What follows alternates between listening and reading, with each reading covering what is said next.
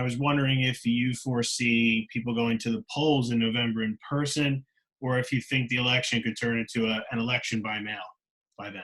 So we want every tool available for elections because we don't know where COVID is going to be at that stage. And we don't know, I mean, certainly vulnerable people won't want to be voting in person. So we want to make sure there's a vote by mail component in all states. Typically states do have absentee ballots no matter what. So they have the infrastructure to do it. We just need it to be ramped up in case they haven't printed enough ballots, for example.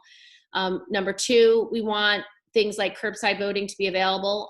We've used that in some states for seniors, for the disability community. We want to make sure that's up and running. We want to make sure election day is a day off, and we want to make sure people can vote early, because that's another way, if COVID is still very much an issue. If you could vote for 2 weeks before the election, any day you want, you can spread out the number of voters who have to go to the voting site. So we want to activate all the flexibility in voting. So we have lots of solutions depending on where we are and the nature of the voter and whether they want to be able to be in public or not. Do you plan to take any legislative action on having Election Day be a day off? Would you try to make it a federal holiday in advance? Yes.